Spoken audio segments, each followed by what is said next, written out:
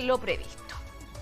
Vamos a hablar sobre, la reducción también de esta tasa de interés, el anuncio del Banco Central, yo lo decíamos también, la rebaja en 75 puntos base de la tasa de interés de política monetaria, con lo que la cifra ya llega a un 9,5%. Para hablar de este tema, vamos a estar aquí en el estudio, vamos a saludar inmediatamente a Jorge Rojas, académico de la Facultad de Economía y Negocios de la Universidad Andrés Bello. ¿Cómo estás, Jorge? ¿Qué tal? Buen día. Buenos días, muchas gracias por la invitación, Cristina. Muchas gracias a ti por estos minutos. Son 175 puntos que se ha bajado de la tasa de política monetaria entre julio y septiembre. Sí. ¿A qué responde esto?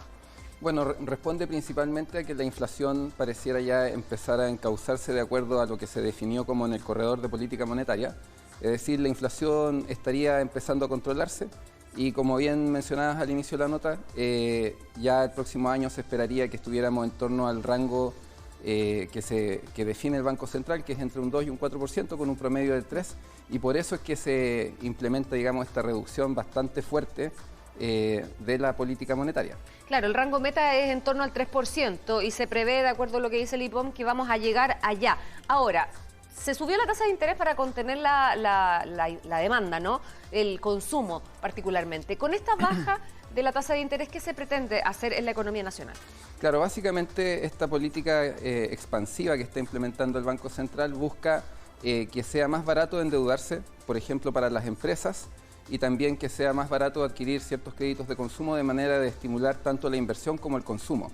Y hemos visto el ajuste macroeconómico con IMASEX que han sido sucesivamente negativos, salvo, digamos, el último, pero con una tasa de desempleo también que se ha mantenido sobre el 8%, y por lo tanto lo que busca esta política monetaria al bajar de manera tan significativa la tasa de interés es justamente tratar de dinamizar un poco más el mercado laboral y también la inversión de manera de evitar, digamos, una recesión económica, que de todas maneras pareciera que va a ocurrir, pero va a ser muy leve. Por eso se habla, digamos, se hacen estas correcciones en el último informe de política monetaria. Pero lo que se busca finalmente, y que de hecho todavía queda espacio para seguir reduciendo la tasa de interés de aquí a fin de año, ¿sí?, en un orden de 150 puntos base, 1.5, justamente poder empezar a reactivar la economía, dado que la inflación, tanto la subyacente como la con volátiles, se ha mostrado que está siendo controlada. Ahora, claro, dices que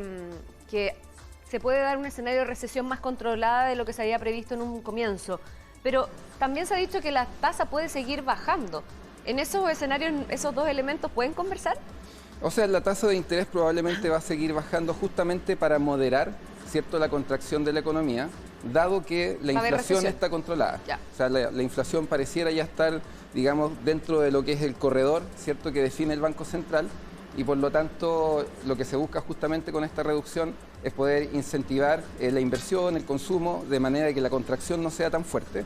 Y claro, o sea, nosotros podemos perfectamente conversar esta política expansiva en términos monetarios con una menor contracción, es lo que se busca. Ahora, esto tiene efectos, por supuesto, algunos efectos menores que son adversos, como por ejemplo la apreciación del dólar o la depreciación del peso, que nosotros observamos ayer que el mercado empezó a anticipar, ¿cierto?, esta reducción de 0.75, lo que hizo que el precio del dólar subiera en 20 pesos, alrededor de 20 pesos en la jornada de ayer, y esto es justamente porque mientras en el exterior, ¿cierto?, en Estados Unidos, nosotros observamos que la tasa de política monetaria se mantiene, incluso se incrementa levemente.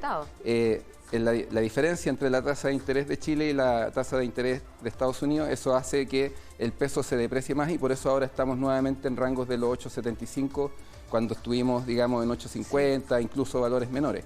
Que subió bastante ayer. Lo otro que te quería preguntar también es, bueno, ¿hasta qué tasa de interés podríamos llegar? Si le hacemos sentido también a lo que dice el Banco Central, que van a haber nuevos recortes. ¿Cómo podría cerrar este 2023 respecto de la tasa de interés? Probablemente podríamos terminar con una tasa de interés del orden del 7.75, 7.5%.